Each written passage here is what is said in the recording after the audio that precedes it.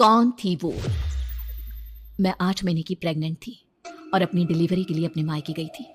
माँ ने मुझे फोन पर बताया, घर के पीछे की तरफ जो खाली जमीन थी ना, वहां पर एक नया कमरा बनवा लिया है। इतने सालों के बाद जैसे ही अपने घर में कदम रखा, कुछ अलग सा लगा। माँ, ये घर के पीछे की तरफ नया कमरा बनवाने की क्या जरूरत थी? अरे बेटा, घर के पीछे दूर दूर तक खाली जमीन है। तेरे पापा को कई दिनों से लग रहा था कि यहाँ पर एक कमरा बनवा लेंगे तो ताजा हवा मिल जाया करेगी।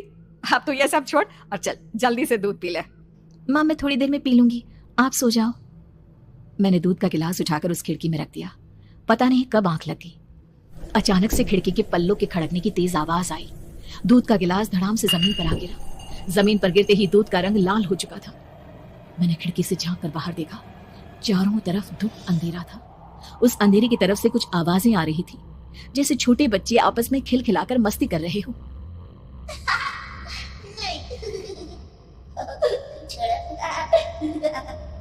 इतनी रात को इतने घनघोर अंधेरे में बच्चों की आवाज कैसे आ रही है? घड़ी में वक्त देखा तो ठीक 12 बजे थे। देखकर मैं सन्न रह गई। बुरी आत्माओं और भूतों की कई कहानियां मैं सुन चुकी थी। वक्त भी कुछ ऐसा ही था। ऊपर से मैं प्रेग्नेंट। सुना था कि ऐसे वक्त में अक्सर बुरी आत्माएं औरतों का पीछा करती है, तो क्या मेरे पीछे भी?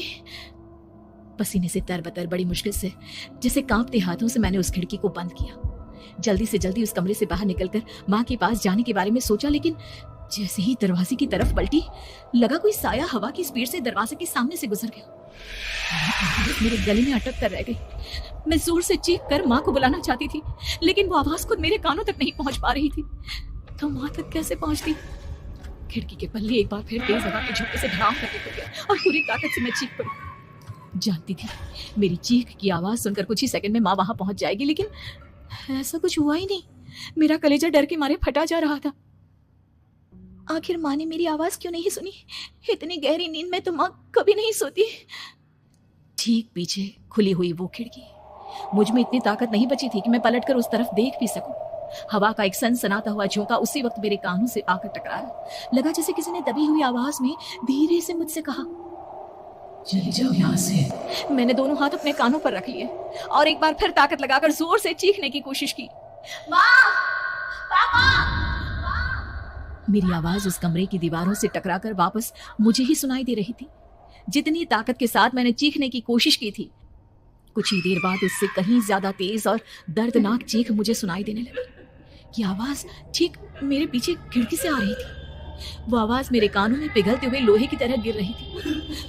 उन आवाजों में हैवानियत थी। वो आवाजें किसी इंसान की नहीं है, इतना मैं समझ चुकी थी। कांप रहे हाथों से मैंने अंधेरे में कुछ ढूंढने की कोशिश की। तभी अचानक मेरा हाथ बेड पर रखी टॉर्च पर पड़ा। किसी तरह ताकत लगाकर टॉर्च का बटन ऑन किया, लेकिन ये क्या? सामने दरवाजे पर 3 छोटी लड़कियां खड़ी हुई थी। उनके हाथ में स्टील के चमचमाते हुए चाकू थे। मैं घबराकर लड़खड़ाई और पीछे की तरफ हटी, लेकिन तब तक वो मेरे पास आ चुकी थी। उनकी गर्दन टेढ़ी थी और उनके हाथों के वो चाकू मेरे पेट को निशाना बनाने को तैयार। मैं जोर से चीखी, नहीं, छोड़ दो मेरे बच्चे को, मत मारो, मत मारो, छोड़ दो मेरे बच्चे को। सोनाली, सोनाली, क्या हुआ बेटा? तू इतनी डरी हुई क्यों है? उठ बेटा, क्या हुआ? हड़बड़ाकर मैंने अपनी आंखें खोली। देखा तो दिन निकल आया था। माँ मुझे जगा रही थी। मेरा चेहरा पूरा पसीने से लथपथ था। क्या हुआ बेटा? तुमने कोई बुरा सपना देखा क्या? मैं अभी तक अपने पूरे होश में नहीं थी। वो मेरे बच्चे को मार देगी माँ। वो लड़की मेरे बच्चे को। मैंने घबराकर अपने पेट को छुआ। सब कुछ ठीक था।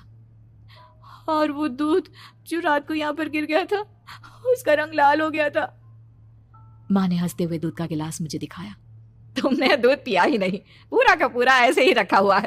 तुमसे कहा था ना सोनाली, सेहत के लिए लापरवाही ठीक नहीं बेटा।